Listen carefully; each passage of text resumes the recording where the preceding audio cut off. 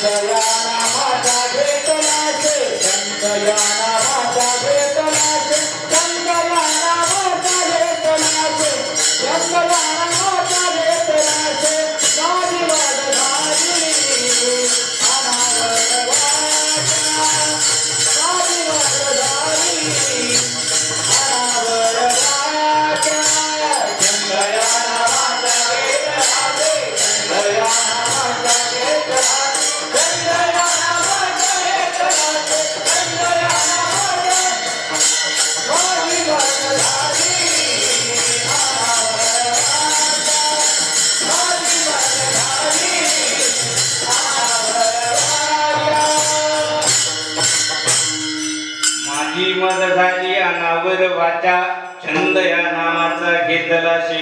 महाराज म्हणले मी छंद घेतला छंद घेतला म्हणून काय झालं? महाराज म्हणले छंद हरीच्या नामाचा सदा सुचिर भूतवाचा.